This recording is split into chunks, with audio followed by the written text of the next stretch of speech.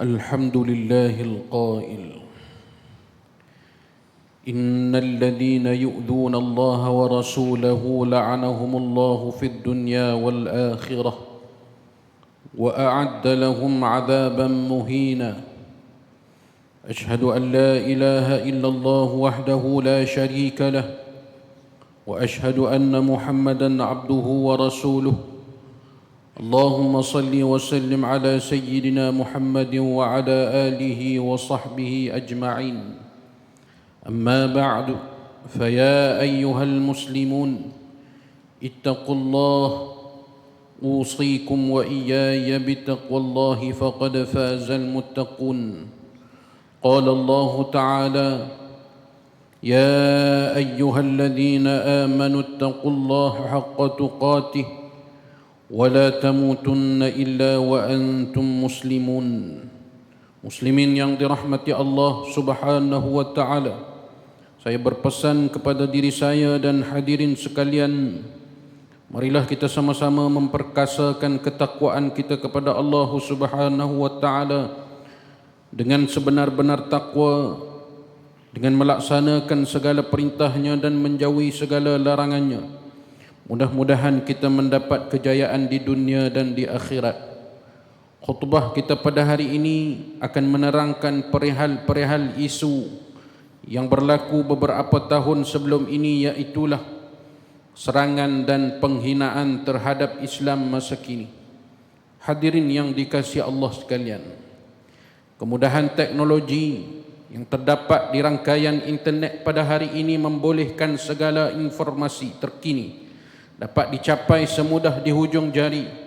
Namun begitu, sejak kebelakangan ini penyalahgunaan fakta dan maklumat tentang Islam di masa kini disalah tafsirkan oleh pihak yang tidak bertanggungjawab untuk mewujudkan unsur-unsur kegelisahan antara kaum yang hidup secara aman damai sejak sekian lama. Perlu kita fahami, aspek penghinaan dan tuhmahan terhadap mana-mana agama dan bangsa tidak menyumbang kepada pembinaan negara, bangsa yang harmoni. Sebaliknya akan mengeruhkan hubungan masyarakat berbilang kaum yang terjalin sejak sekian lama. Hadirin Jumaat yang dirahmati Allah, senario yang berlaku ini janganlah dianggap perkara biasa ataupun tidak penting dalam jiwa nurani masyarakat Islam. Malah situasi ini boleh mencetuskan kebencian kaum yang serius apabila tidak dikawal secara baik. Ini dapat dilihat, terdapat banyak cercaan, tuhmahan dan fitnah yang dilaporkan di media-media sosial terhadap agama Islam. Terdapat kenyataan-kenyataan berunsur emosi dan provokasi dilontarkan demi menyemai fitnah tanpa henti. Bagi umat Islam yang beriman, berpandukan kepada kitab suci Al-Quran, kita ditegah untuk menghina apatah lagi mencaci agama yang lain. Ini dapat difahami melalui suratul An'am ayat yang ke-108. A'udzu billahi minasyaitonir rajim. Wala tasubbul ladzina yad'una min dunillah fayasubbullaha adwan bighairi ilm. Dan janganlah kamu cerca benda-benda yang mereka sembah yang lain selain daripada Allah, kerana mereka kelak akan mencerca Allah secara melampau batas dengan tiada pengetahuan. Menurut Dr. Wahbah Az-Zuhaili dalam tafsir Al-Munir, hukum ayat ini adalah kekal larangan menghina segala kebesaran agama lain, kerana dengan menghina mereka akan memberi ruang kepada mereka untuk membalas balik menghina agama Allah dan Rasulullah sallallahu alaihi wasallam. Ini sesuai dengan kaedah Sadduz Zara'i, iaitu mencegah atau menyekat perkara-perkara yang membawa kepada kerosakan. Kita perlu sedar bahawa hikayat penghinaan dan tuhmahan terhadap agama Islam kita ini bukanlah baru bermula pada hari ini, malah naratifnya bermula sejak zaman baginda Nabi sallallahu alaihi wasallam mula menyebarkan dakwah Islam lagi. Cukuplah ibrah dan asbab an-nuzul dan dalam surah Al-Lahab dan surah Al-Kawthar menjadi bukti yang jelas Allah Subhanahu wa taala itu menjadi sebaik-baik pelindung kepada Rasulullah sallallahu alaihi wasallam dari penghinaan, tuhmahan dan fitnah golongan musyrikin yang membenci Islam. Hadirin sekalian, realitinya jika diteliti isu penghinaan terhadap Islam di masa kini berkisar kepada mempersendakan Allah, memuat naik hantaran bersifat jelek kepada Nabi Muhammad sallallahu alaihi wasallam dengan tujuan menghina, seperti mana dilakukan oleh beberapa individu menerusi akaun Facebook mereka. Antaranya seorang lelaki yang menggunakan nama Alvin Chow dalam akaun laman sosialnya telah menghina agama Islam, Nabi Muhammad sallallahu alaihi wasallam dan Sayyidatina Aisyah radhiyallahu anha, isteri baginda Nabi sallallahu alaihi wasallam yang mulia. Begitu juga amalan ibadat agama Islam adalah antara perkara yang sering ditularkan di media sosial.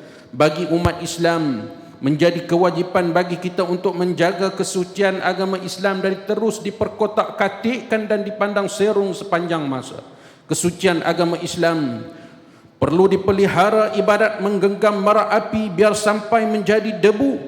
Ini kerana Islam itu kekal dilihat sebagai agama yang mempunyai izzah, yakni sangat mulia dan dipandang tinggi. Hadis daripada A'id bin Amr radhiyallahu anhu bahawa Rasulullah sallallahu alaihi wasallam bersabda, "Al-Islam ya'lu wa la yu'la." Islam itu tinggi dan tidak ada lebih tinggi daripada Islam. Hadis riwayat Al-Baihaqi.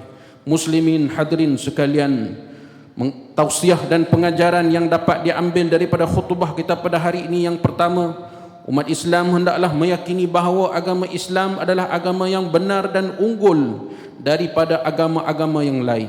Yang kedua, umat Islam dilarang melakukan penghinaan dan tuhmahan terhadap mana-mana agama kerana ianya akan mengeruhkan hubungan masyarakat berbilang kaum. Yang ketiga, umat Islam hendaklah menjauhkan diri daripada sikap dan tindakan melampau dan ekstremis yang boleh menjejaskan imej Islam sebagai agama yang menegakkan keamanan dan kesejahteraan sejagat. A'udzu billahi minasyaitonir rajim. Qul ya ahlal kitab la taghlu fi dinikum ghairal haqq wa la tattabi'u ahwa'a qaumin qad dhallu min qabl wa adallu katsiran wa dhallu an sawa'is sabil. Katakanlah, wahai ahli kitab, janganlah kamu melampau dalam agama kamu secara tidak benar, dan janganlah kamu menurut hawa nafsu sesuatu kaum yang telah sesat sebelum ini dan telah menyesatkan banyak manusia, yang juga sekarang mereka telah tersesat jauh dari jalan yang betul. Suratul Maidah ayat 77. Barakallahu li wa lakum fil Qur'anil azim wa nafa'ani wa iyyakum bima fihi minal ayati wadh-dhikril hakim wa taqabbala minni wa minkum tilawatahu innahu huwas samiul alim. Aqulu qawli hadha وأستغفر الله العظيم لي ولكم ولسائر المسلمين والمسلمات فاستغفروه إنه هو الغفور الرحيم. اللهم إنا نسألك بحرمة هذا اليوم المبارك أن